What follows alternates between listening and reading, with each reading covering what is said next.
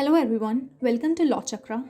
I hope you are doing well. आज हम इस वीडियो में सुप्रीम कोर्ट के लेटेस्ट न्यूज़ के बारे में डिस्कस करेंगे, जिसमें प्रधानमंत्री श्री नरेंद्र मोदी ने सुप्रीम कोर्ट के फैसलों को क्षेत्रीय भाषाओं में उपलब्ध कराने के बारे में भारत के मुख्य न्यायाधीश न्यायमूर्ति DY चंद्रचूड़ के विचार की सराहना की है। प्रधानमंत्री ने कहा कि अगर इस विचार को लागू किया जाए तो इससे लोगों, खासकर युवाओं को मदद मिलेगी। पीएम ने ट्वीट किया, हाल ही में एक समारोह में माननीय CJI जस्टिस DY चंद्रचूड़ ने क्षेत्रीय भाषाओं में SC निर्णयों को उपलब्ध कराने की दिशा में काम करने की आवश्यकता पर बात की।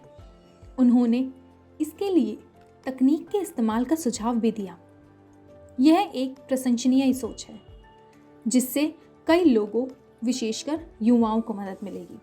CJI चंद्रचूड़ ने शनिवार को संकेत दिया था कि तेजी से डिजिटल होती दुनिया में भारतीय न्यायपालिका के लिए अगला कदम संभवतः आर्टिफिशियल इंटेलिजेंस यानी कि AI टूल्स की मदद से सुप्रीम कोर्ट में फैसलों को सभी भारतीय भाषाओं में उपलब्ध कराना होगा। CJI bar council of Maharashtra and Goa द्वारा आयोजित एक कार्यक्रम में उन्हें सम्मानित करने के लिए बोल रहे थे। CJI ने कहा था, मैं मद्रास में एक प्रोफेसर से मिला जो AI में काम करता है और अगला कदम हर भारतीय भाषा में सुप्रीम कोर्ट के फैसलों की प्रतियों का अनुवाद करना है।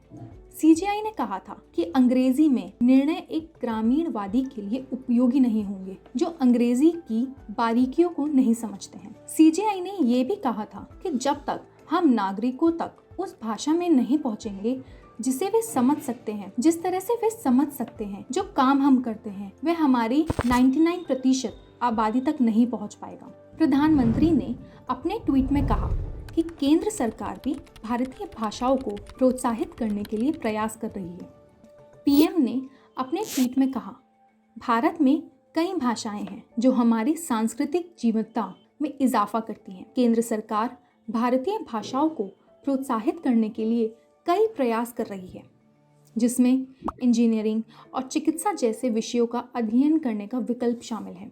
आपको बता दें कि ये पहल 4 साल पहले तत्कालीन CJI रंजन गोगोई ने की थी।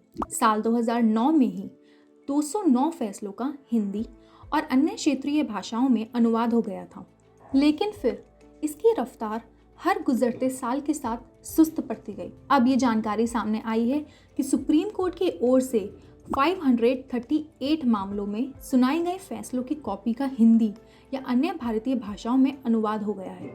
सुप्रीम कोर्ट के फैसलों का हिंदी और अन्य क्षेत्रीय भाषाओं में अनुवाद हर साल कम होता गया।